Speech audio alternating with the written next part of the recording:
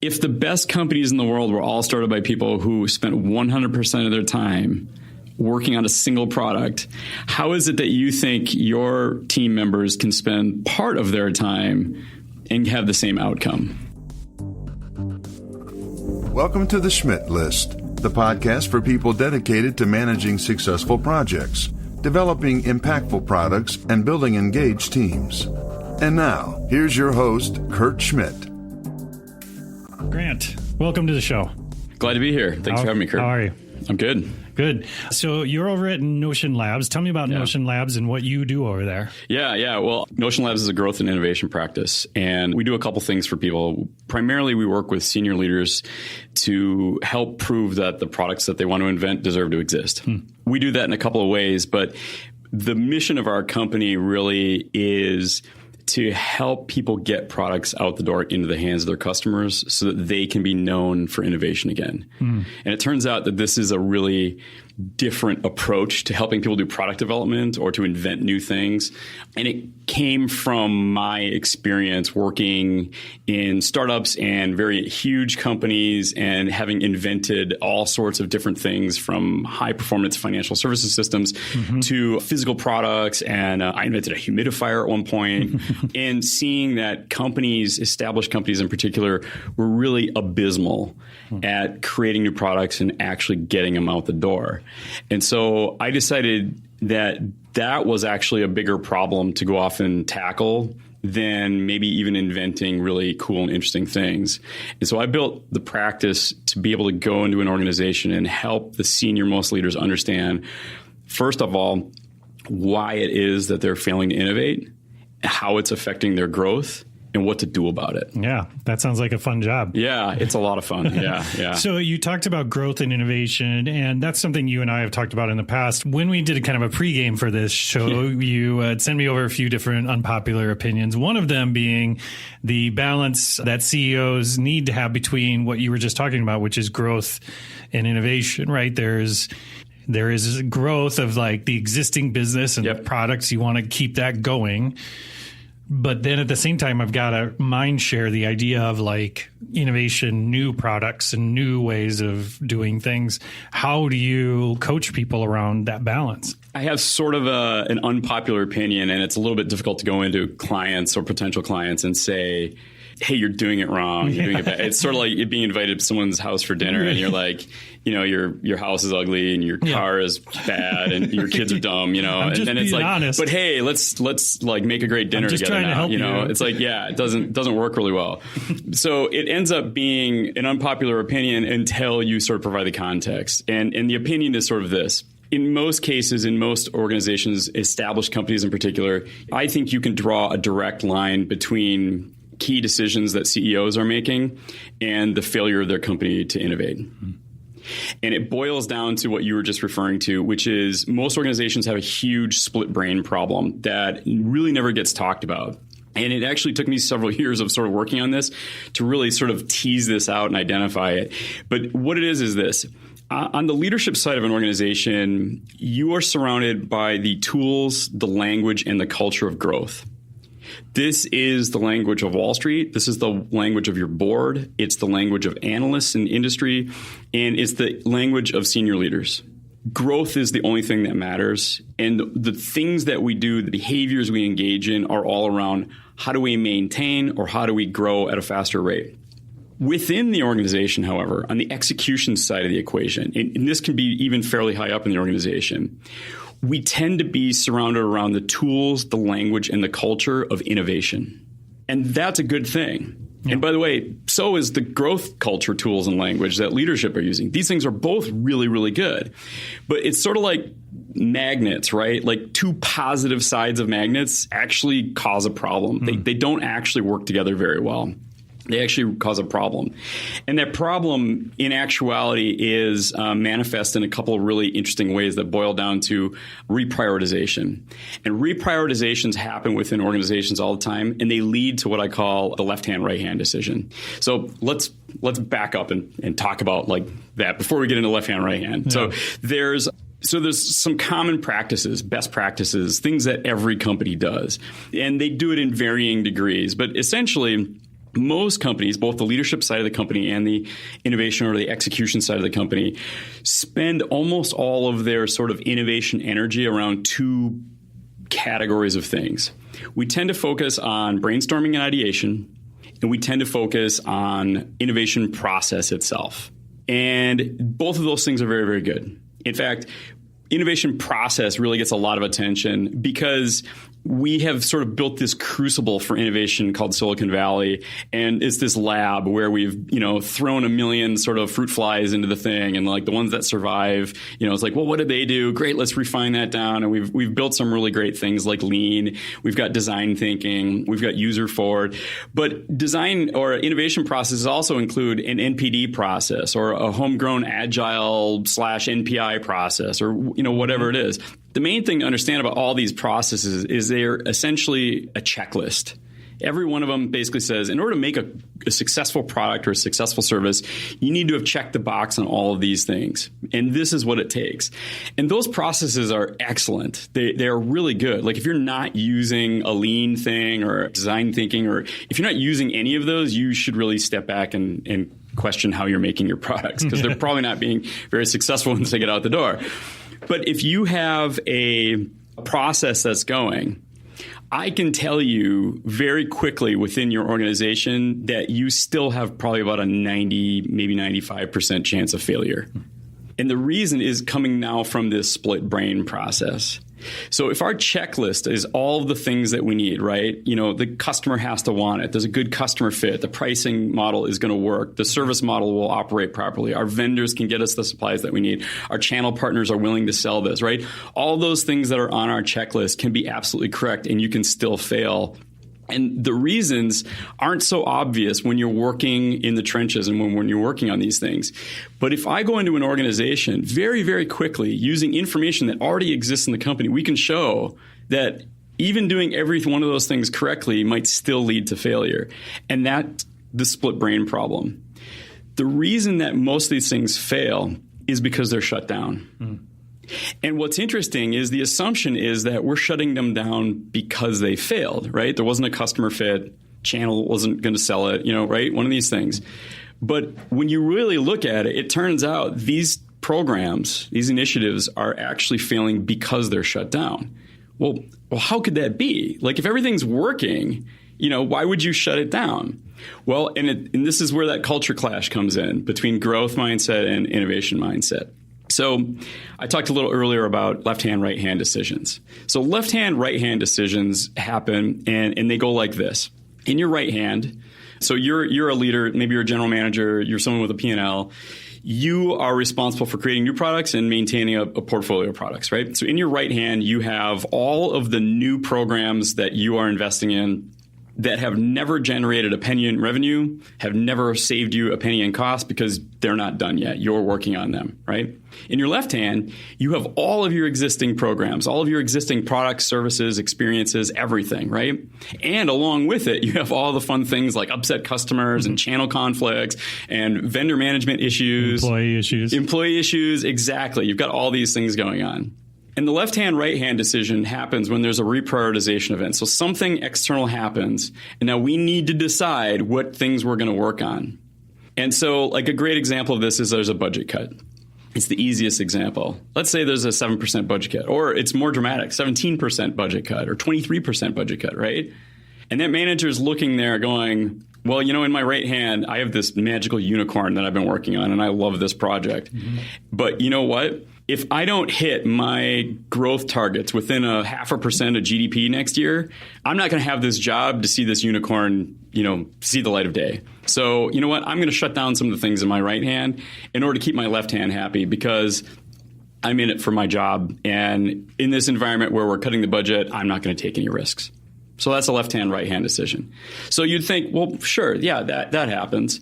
But people are sort of unaware of how often that happens. And this leads to real problems. So when does it happen? Well, it happens anytime there's a reprioritization. And reprioritizations sort of fall into three broad categories.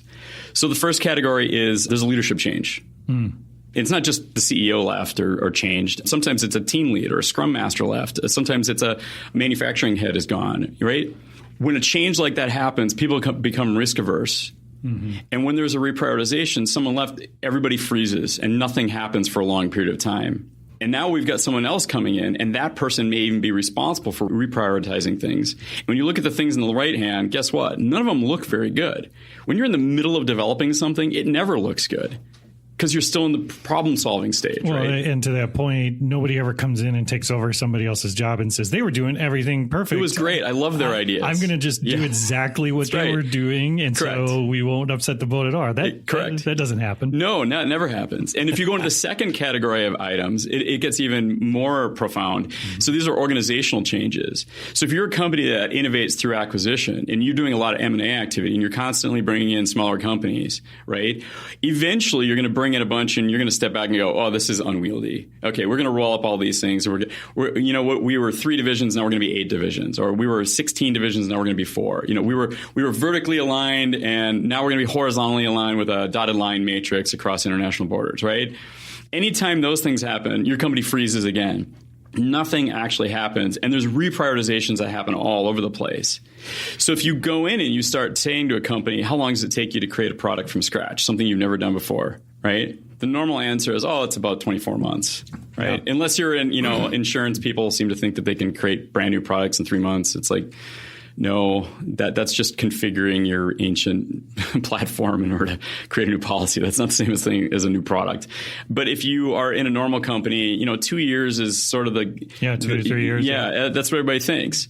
But if you go into those same companies and say, hey, what's the tenure in a scope of responsibility for one of your leaders here?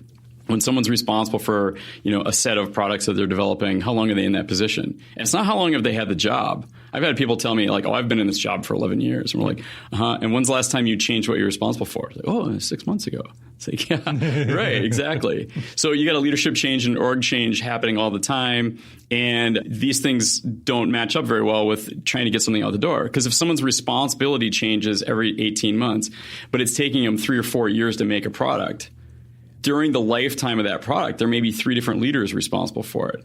And that product or that project may be moved around the organization several times. And so every time one of those things happens, there's a chance that it's going to get shut down. Mm-hmm. The final category are the really big ones. So in most established companies, especially public companies, quarterly earnings are a nightmare for innovation programs. Every time there's a quarterly earnings call, it's like, hold your breath. If you think the call is going to go good, but it goes bad, right? Investor call goes bad, or we think it's going to go bad, or we think it might go bad 2 quarters from now, or we think there's an economic downturn, or there was a weathered event, or a scandal, or any number of external things to the company, suddenly leadership, the CEO, is going to be making a decision that says, hey, we need to reprioritize. So you know what? We're just going to change responsibility over here. We're going to move some things around, shuffle the deck a little bit. And unbeknownst to them, sort of below the water line, all of these reprioritizations are leading to all these left-hand, right-hand decisions, and programs are being shut down all over the place. And so every time one of these things happen, it's like, well, you're just resetting the clock at 3 years, and you've given up all the work that you've done so far.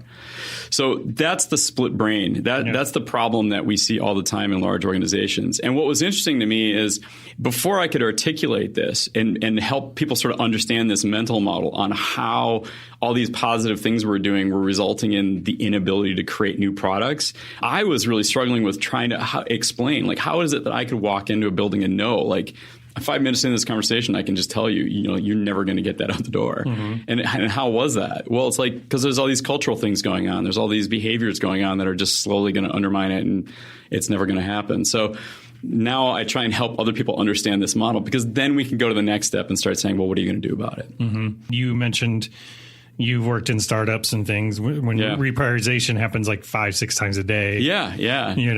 Let alone on the annual budgeting process too. So yeah, and it's fundamentally different. And that's the thing, the split brain. When you are a startup CEO, you are not growth focused in the same way, right? You don't have the culture of growth. You are trying to grow the business out of survival. Mm-hmm. But the tools that you're surrounding yourself with are actually the tools of innovation. And it's one of the main differences. And the reason is because as a startup, as a founder, as a CEO, as one of the first people in the door, you are focused on a single product. Mm-hmm. But if you go to a very large organization, the CEO is not responsible for a single product. And yet, in most cases, the CEO is really the only person in the entire organization that can say yes to something. So one of the analogies that I use is I talk about farming a lot because it really helps people understand the difference between growth and innovation. So there's sort of three ways to talk about the kind of innovation that you're doing, right? And I bucketize them. I say, you are operating the farm, okay, or you're expanding the farm. That's innovation. Okay, so growing is great. We're going to be better at what we do today, so we're going to grow. But if we're going to innovate, we're going to expand the farm. And then the third bucket is flying tractors, right? Things that are just so fundamentally change the industry if we can pull them off, right? So most organizations do a really bad job of even deciding which of those things they're trying to do, and they sort of lump them all together. The thing that I hear from people in innovation that work in innovation a lot is that it's the budgeting process that really stifles things, right? It's that annual one-time sort of ATM visit. Yeah, right? Exactly. Can we get enough to fund this? Please, please, please let us do it, right? Yeah. And that falls into the category of reprioritizations, right? So every time we do the budgeting, we have to kind of go and fight for everything. It's my strong opinion that CEOs sort of need to be focused in two time frames for their innovation. You need sort of that 6 to 8 month time frame, and that falls into the category of sort of maintain the farm. This is innovation that keeps things going, tending to the existing products and services that we have, and we should be looking at really short time frames for those things. The other time horizon needs to be sort of that 5 to 10 year time horizon. And these are the two things that I think CEOs need to be directly involved with. The challenge for most CEOs, though, is the biggest challenge is time. They have the major problem, and this is an area that I talk with people about a lot, which is how are you going to run the business that you have today as it is today and be building the company that you want to be running 5 to 10 years from now? How are you going to do that? Because the kinds of things your organization needs to be doing 5 or 10 years from now are fundamentally and sometimes basic level at odds with the things that you're doing today to be successful. And we know there's all these cultural barriers, there's all these budgeting barriers, there's all these other things that happen that I can prove to you very quickly, using your own internal data. Like it's probably not going to happen. So how do you make it happen? And my opinion is you need to build a framework that can work outside your organization so that the amount of time the CEO needs to spend can be reduced so that they can be involved in the most critical decisions. And all the minutia of creation and invention and new product development, new service development can be handled by this outside thing. And it can be brought back into the organization when it's reached a level of maturity where it will be seen as a win by everybody within the organization. All right, let's move on to unpopular opinion number 2. Yeah. So we had also previously talked about incentivization. So back to the budgeting part, right? Yep. So incentivizing people around innovation and how you do that. Yeah, my unpopular opinion is I don't believe that comp structures as a way of incentivizing innovation work at all. And I've actually had some rather heated discussions around this with people who live in that world, who are in that HR sort of consulting world where they're spending a lot of time really building compensation structures to get the outcomes that organizations want. And I think it boils down to something that's very easy to prove. And it kind of builds on something that I said earlier. Innovation programs, you're asking people to do something different than they did the day before. Innovation's fundamentally different. It means that people are taking risks and they're doing things that are uncomfortable. And even when there are people who are expert at it and they're really great at it, they're still operating within an organization. In the most basic sort of comp plan, and there's lots of ways of doing this, right? Like bonus structures and whatever. The easiest formula that you'll see is someone may get, let's just simplify it and say half of your bonus is going to be tied to some KPI that's measuring what we would consider to be innovation activities, okay? And in fact, some of your performance stuff for the year, whether you get a raise, may even be tied to that as well. Yeah. The reason that it doesn't work is that there's an underlying assumption about why it will work. And that underlying assumption tends to be, this is how you're going to allocate your time. you will allocate your time and attention about 50-50 between, in this example, between creating new things and being a good steward of the existing things. Sure. However, if you go back to the sort of the split brain discussion that we just had, we know that any time a particular trigger event happens within the organization, and they happen frequently, at least once a quarter, oftentimes multiple times a quarter, there's a reprioritization that happens. And again, we're back to the left-hand, right-hand decision. In your right hand, you've got all the cool, forward-looking, innovative things you're working on. And in your left hand, you have all your existing things that, are bringing in money today. And when a trigger event happens, the decision is being made now. And it's not how I'm allocating my time when making the decision or how I've allocated my time. That I already did that. The decision is, am I going to bet on the things that are high risk, or am I going to do the low risk things and keep my job? Almost all of these decisions boil down to some sense that I can keep my job if I make this decision.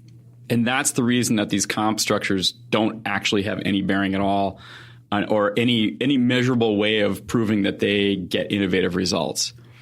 In my experience, when we point to innovation that has happened after the fact, we often will then attribute it to, well, look, we had this comp structure and it happened. So you'll always find a way. But I don't believe that there's any evidence that there's any sort of causation between we gave you an incentive program and you're going to do this. Well, I think that's culturally, that's the big thing, right? Because again, let's say you are given this opportunity that you just had mentioned, right? Split your time 50-50, right? Yep. You're most likely not a new person. You've been there for a while. Correct. You've been indoctrinated into this is who we are as a company. This is what works. This is what doesn't work. This is what we do. This is not what we do. And not just indoctrinated. You may have even developed habits and skills specific to forwarding and advancing your career. Yeah, even unconsciously. You have built instincts around this. And triggers. And so in fact, that ends up being a really interesting discussion to have with senior leaders around what happens when people really bring new ideas to you. You have probably built up a bunch of armor around yourself around avoiding traps and avoiding things that are just sort of distractions for your organizations that actively then prevent you from choosing to do things that are really maybe the best thing for your company. Yeah. There's another way that we can show compensation and how it relates and what actually does work. So a lot of people don't know this, but one of Thomas Edison's biggest inventions, everyone always thinks light bulb or power generation or things like that. But it turns out one of the more interesting and more powerful inventions that he made was Thomas Edison actually is credited with inventing equity. So Edison realized that even though he had patents on a lot of the things that he invented, he realized that there were a lot of competitors all of a sudden. And in most cases, he felt that they were a lot smarter than he was. He was very shrewd, and he devised this really interesting plan where he went out and he actually gathered up all of his major competitors. And he said, here's what I'm going to offer you. I'm going to outfit the most amazing lab that anybody has ever come up with. And I'm going to give you a huge budget to come in and do the things that we're all working on, but do it collaboratively and do it together. And in exchange, I will also give you a chunk of this company. So Edison Power will, you'll get a chunk of this, because otherwise we are all going to be in a race to the bottom, and none of us are going to profit, and we're going to kill each other. But if we partner up, you then will have all the incentive you need because there's less risk for everybody, and we will all get a good chunk of a really big pie as opposed to all of a very, very small pie. And that's the model that, Silicon Valley is based on. And we know that it works because people are willing to work for very little or nothing, because even when things are bad, when you're sort of in the pit of despair and you're working on things and nothing's going well, and that actually works. But there's a key component that goes along with that, because the mistake at an established company is to think that some shares, a few options, is the same thing as equity for, a founder or an early employee. And they are fundamentally not the same thing. And the reason that they're fundamentally not the same thing is more often than not, in a startup company, again, your time and your energy is focused on one single mission. Also, the equity chunk is a little bit higher. But I think actually the key part of the thing is that you're focused on one thing.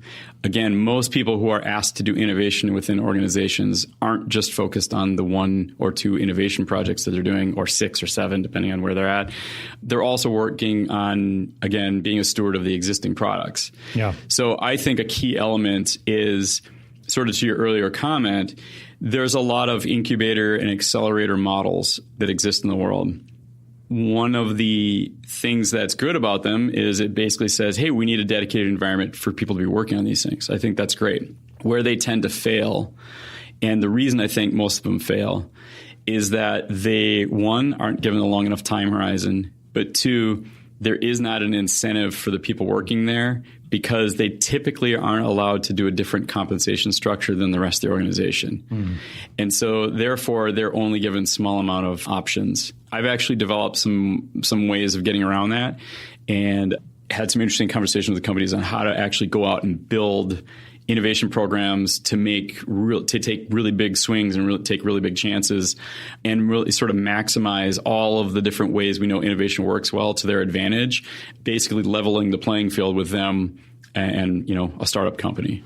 That's good. Yeah. I work a lot alongside other innovators and all sorts of different sorts of companies. And the one term that I hear all the time, especially the bigger the company, or one of the things that people mention is that they tend to boil the ocean. Yeah. And I love that phrase. Yeah. I love that phrase because it really puts into perspective very quickly how this one small idea all of a sudden is like, it just grows tentacles and starts to just wrap around everything and all this stuff, and it becomes bigger than the company even. And so, you know what I mean? This whole idea, it becomes this huge initiative and people, there's people running for the door and screaming and, it's like a Godzilla movie.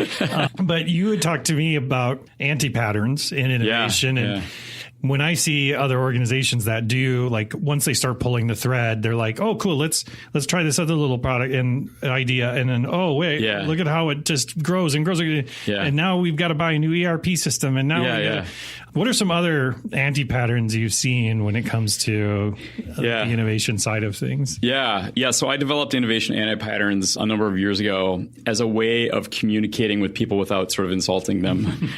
When we talk about trigger events leading to left-hand, right-hand decisions, a key part of a leader's decision-making process is sort of, do they think the thing is going to actually, get out the door? And a big part of that is sort of like, how is everybody else in the office going to react? Like, how, who's going to be on board, who's not, what's the morale, things like that. Mm-hmm. There are a lot of really big decisions that happen around innovation, go, no-go decisions. But in a lot of organizations, there's a lot of other behavior that happens, a lot of which is seen as positive, is encouraged, even taught at management schools, seen as like the right way to do things. Things like, if you have a bad earnings call, we're going to reorg, do things. But there's also all these other behaviors that we engage in all the time that on the surface, they might look good.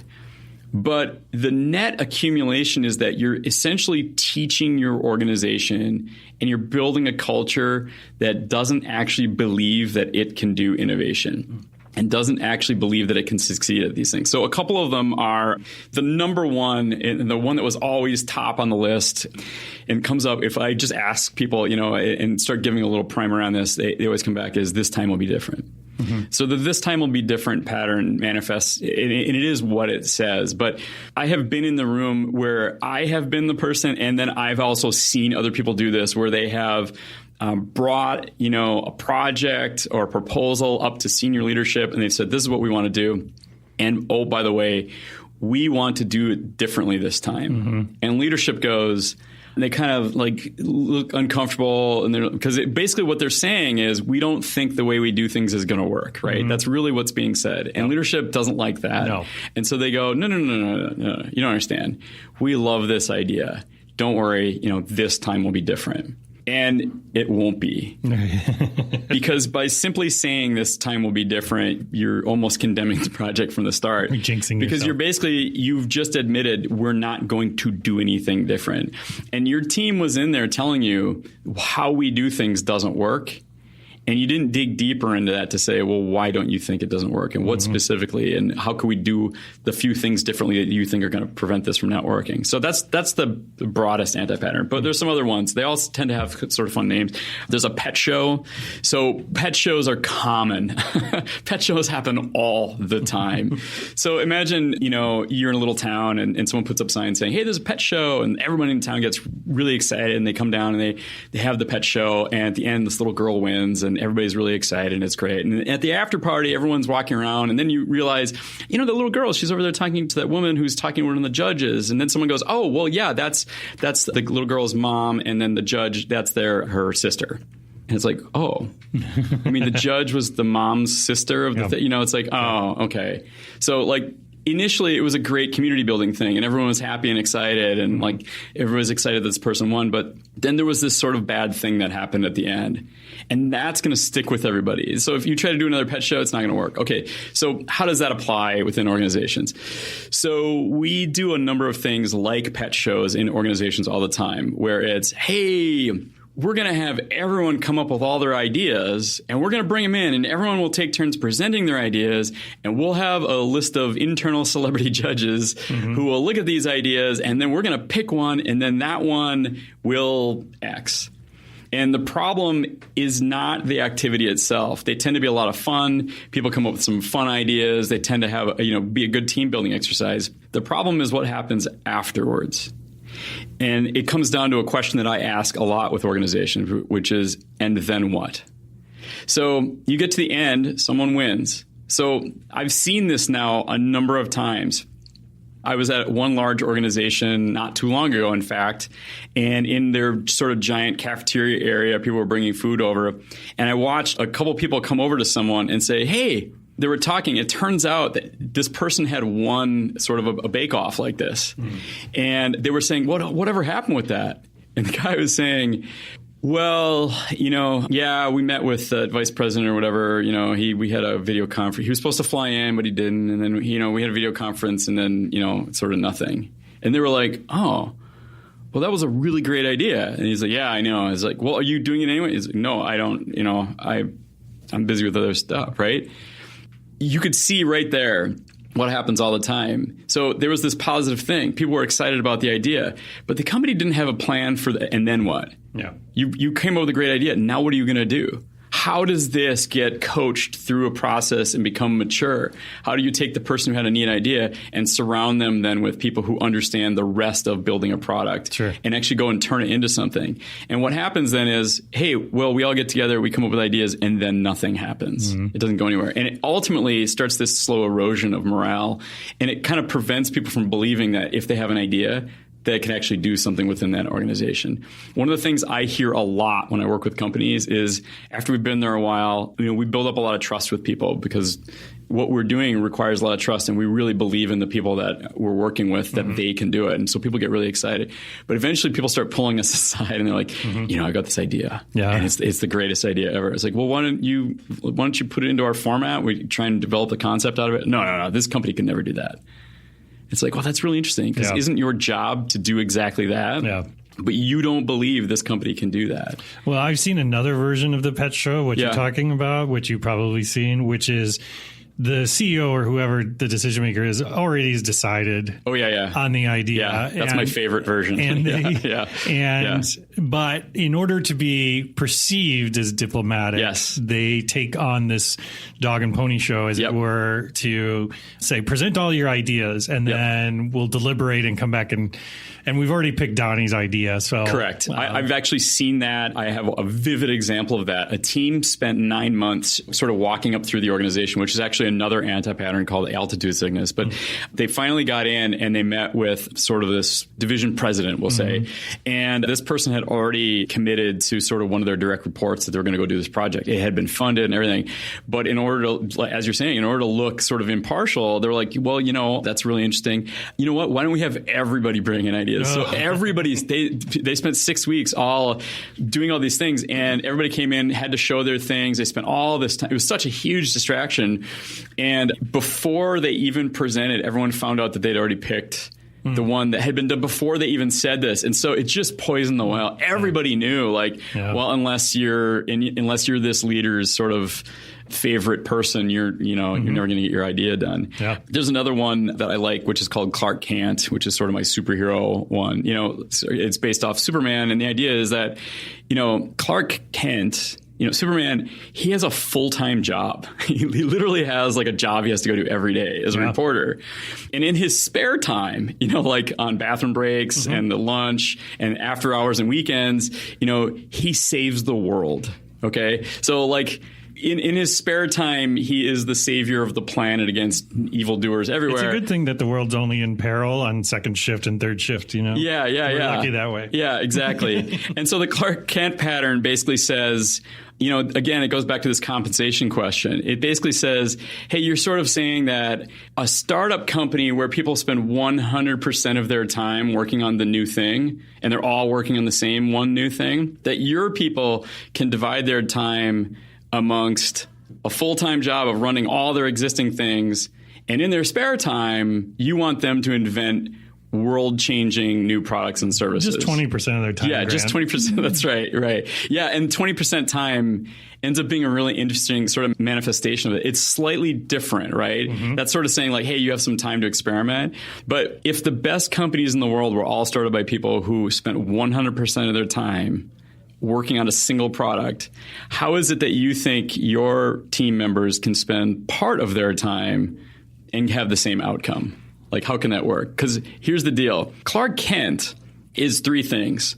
He's an alien. He has superpowers. Basically, he's magical, right? Yeah. And he's imaginary. Okay? Yeah, it doesn't exist. Your employees are none of these things. Okay? And so the Clark Kent pattern basically says, if you're expecting innovation and wild success to come out of your people, you have to basically shape the lives that they live in order to spend 100% of their time developing new things. They can't be splitting their time. It's just not going to work. I think that's a fair statement. Yeah. Okay. Absolutely. Then you mentioned altitude sickness. Yeah. So altitude sickness is a really insidious, it's an insidious one. And there's a couple of different layers to it. So we see this a lot in different organizations where you'll see some, in particular, not always, but more junior level person comes up with a great idea. Going back to my farm analogy around where innovation comes from, it's sort of like, hey, we're running the farm, we're operating the farm, we're improving the farm, and one of the people responsible for helping to bring the cows in when we milk the cows figures out how to build a better 747 turbine engine. So he goes to his boss and says, hey, senior milking supervisor, I've come up with this great idea. And the guy goes, that really is a great idea. That's amazing. I mean, it's obvious it's a great idea, but I'm responsible for milking, 300 cows 3 times a day. I don't know what to do with that. Let's go to the senior milking supervisor, right? But before we bring it to them, I want you to change the pitch just a little bit so it sounds more like something that could happen here on the farm, right? And so that pattern starts to repeat. And every time you move up the food chain, it takes 2 to 3 times longer to even have the meeting. And each meeting is a fraction of the time that you had with the previous person. And each time you meet, the concept sort of gets tweaked. It's like a weird funnel of madness. Yeah. So it's this weird time dilation thing that happens the higher up in the organization you go, and then you get less and less time. And this fits with something that I talk about all the time, which is, people from the future are weirdos.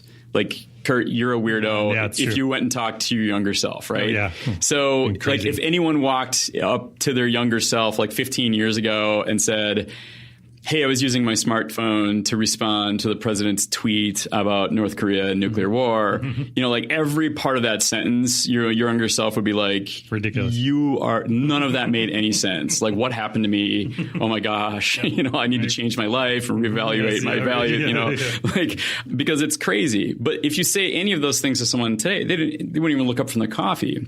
Wouldn't catch anyone's attention. And that's what happens when someone brings up through the organization sort of a very forward-looking thing. The people sort of in the trenches doing the day-to-day innovation type work, they have a perspective and a context that's fundamentally different than the senior-most leadership. And so as they go higher in the organization, their ideas sound weirder and weirder. And they're also given less and less of a platform and less of a time.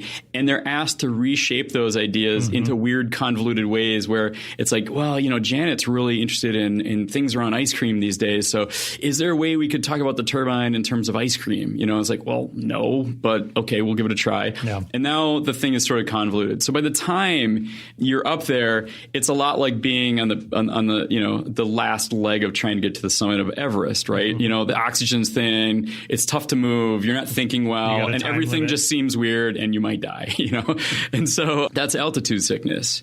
In leaders, this sort of gets right back to that question that I talked about asking before. It's the and then what? So your organization, if you really look at this pattern, it's highlighting a problem that we see all the time in organizations. You say that you think ideas can come from anywhere. You say that you have a way of taking those ideas and turning them into great new products and services. But do you? And it's the and then what question.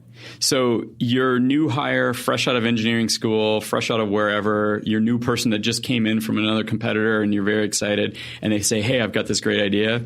And then what? Mm-hmm. How do you skip the whole altitude sickness thing? And how do you have a way where you're not killing your senior most leaders with the amount of time they need to commit to something, but you've got a process where, hey, you know what? Maybe your CEO is going to hear about that jet turbine that the kid who's milking the cows invented and go, we're totally going to do that. And you know why we're going to do that? Because two of our board members know a whole lot about that space. And I want to have them hear about it. Because if we can do that, maybe there's a way we can diversify or change our business or do something different. The person at the top of the organization is the person most interested and most incentivized to care about great ideas like that. And unfortunately, they're often the most shielded from those ideas, and they have no idea that they're even happening.